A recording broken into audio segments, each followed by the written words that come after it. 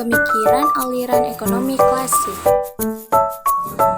Latar belakang.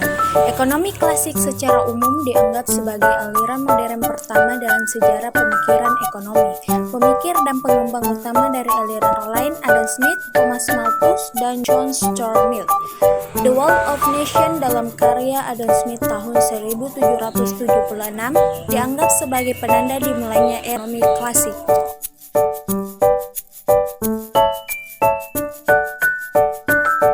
Ekonomi klasik adalah sistem perekonomian yang didasarkan pada sistem bebas yang merupakan self-regulating, artinya mempunyai kemampuan untuk kembali ke posisi keseimbangan secara otomatis. Dimulai pada awal abad ke-18, pada saat itu para intelektual Eropa mulai memperhatikan ekonomi sebagai sebuah cabang ilmu yang layak didiskusikan. Penemuan klasik ini dimulai dengan publikasi Adam Smith The Wealth of Nations pada tahun 1776. Smith mengemukakan bahwa harga barang ditentukan oleh permintaan dan penawaran. Kritik terhadap pemikiran merkantilisme.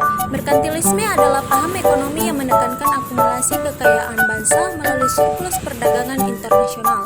Paham ini memandang bahwa kekayaan suatu negara diukur dalam bentuk emas dan perak. Tokoh-tokoh yang mengkritik merkantilisme antara lain Adam Smith, David Hume, dan Richard Cancellon, dan para fisiokrat. Munculnya ekonomi modern. Ekonomi modern merupakan istilah yang merujuk pada sistem ekonomi yang berkembang sejak akhir abad ke-18 hingga awal abad ke-20. Perubahan ini ditandai dengan pergeseran dari ekonomi agraris ke industri.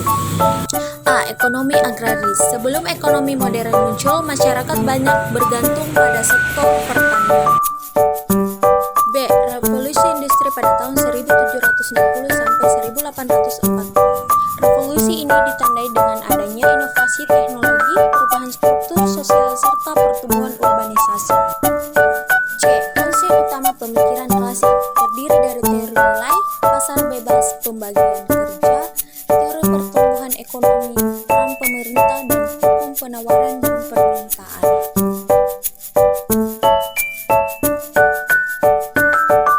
Perkembangan pemikiran tokoh-tokoh aliran ekonomi klasik.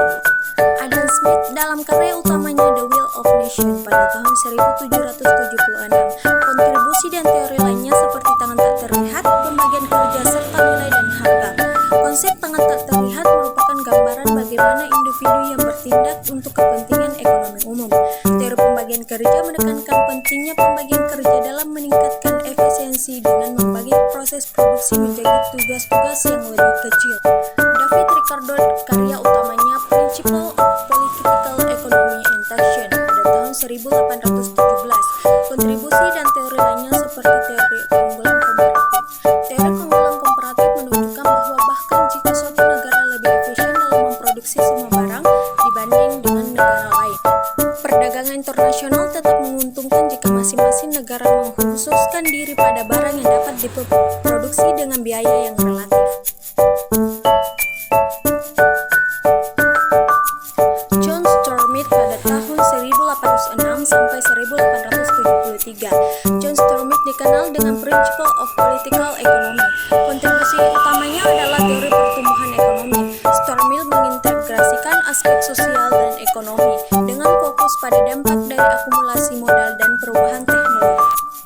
Thomas Malthus pada tahun 1766 sampai 1834 dengan karya utamanya An Essay on the Principle of Population pada tahun 1789. Malthus berpendapat bahwa populasi cenderung tumbuh lebih cepat daripada kemampuan ekonomi untuk memproduksi makanan. Jean Baptiste pada tahun 1767 sampai 1832 dengan karya utamanya A Treatise on Political Economy. Pada tahun 1803 Jean Baptiste dikenal dengan hukum pasar. Say mengatakan bahwa penawaran menciptakan permintaan sendiri.